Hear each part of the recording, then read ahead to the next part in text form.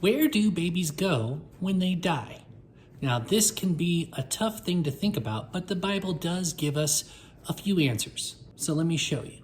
First off, we have to understand that babies are not guilty. They're born innocent. You might have heard something called original sin, and you might have been told that we inherit it, that we're born guilty. The problem is the Bible does not support that.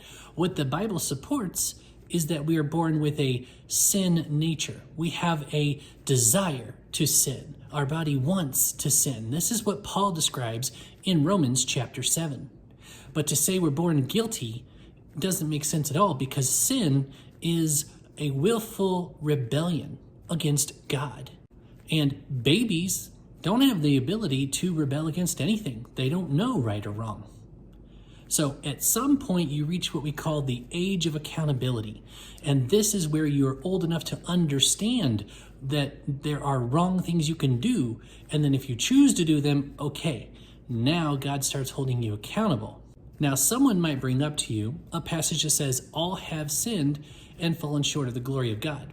Yeah, all have sinned, as in everyone inevitably commits a sin. That's part of the sin nature. So now that we understand that, the next thing we have to come to grips with is God's sovereignty.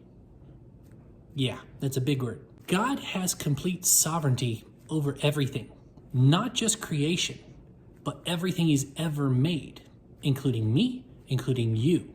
God has sovereignty over who is born and who dies. In Jeremiah 1:5, he tells Jeremiah, "Before I formed you in your mother's womb, I knew you. And before you were born, I consecrated you. I appointed you a prophet to the nations."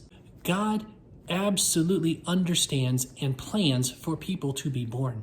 Once he plans for you to be born, then comes the making of you. God has his hand in that. Psalm 139:13-15, the psalmist says, "For you formed my inward parts. You knitted me together in my mother's womb. I praise you, for I am fearfully and wonderfully made. Wonderful are your works. My soul knows it very well. My frame was not hidden from you when I was being made in secret, intricately woven in the depths of the earth."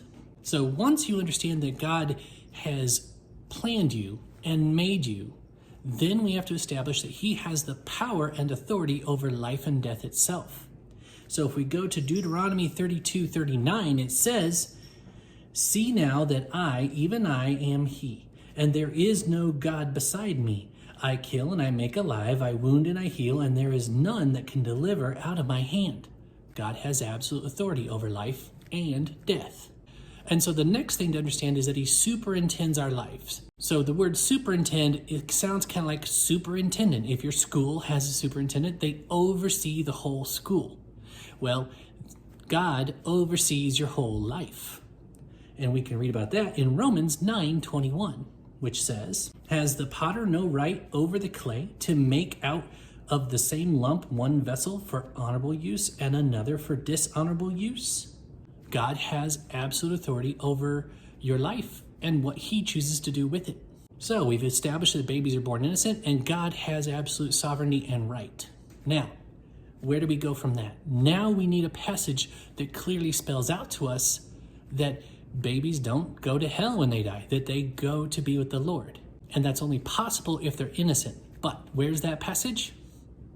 Right there. 2 Samuel 12:15-23. "And the Lord afflicted the child that Uriah's wife bore to David, and he became sick. David therefore sought God on behalf of the child. And David fasted and went in and lay all night on the ground. And the elders of his house stood beside him to raise him from the ground, but he would not. Nor did he eat food with them. On the 7th day the child died. And the servants of David were afraid to tell him that the child was dead, for they said, 'Behold, while the child was yet alive, we spoke to him, and he did not listen to us. How can we say to him that the child is dead? He may do himself some harm.' They were really concerned. But when David saw that his servants were whispering together, David understood that the child was dead. And David said to his servants, 'Is the child dead?' They said, 'He is dead.' Then David arose from the earth and washed and anointed himself and changed his clothes. He went into the house of the Lord and worshipped. He then went to his own house, and when he asked, they set food before him, and he ate. Then his servants said to him, "What is this that you have done? You fasted and wept for the child while he was alive, but when the child died, you arose and ate food." He said, "While the child was still alive, I fasted and wept, for I said, 'Who knows whether the Lord will be gracious to me that the child may live?' But now that he is dead," pay attention to this, "why should I fast? Can I bring him back? I shall go to him, but he will not return to me." David understood where his child went. David understood he was going to be with the Lord, and one day he would see his child. So if you've ever had a lost child, yeah, you will see them again. You just have to get to heaven in order to meet them again.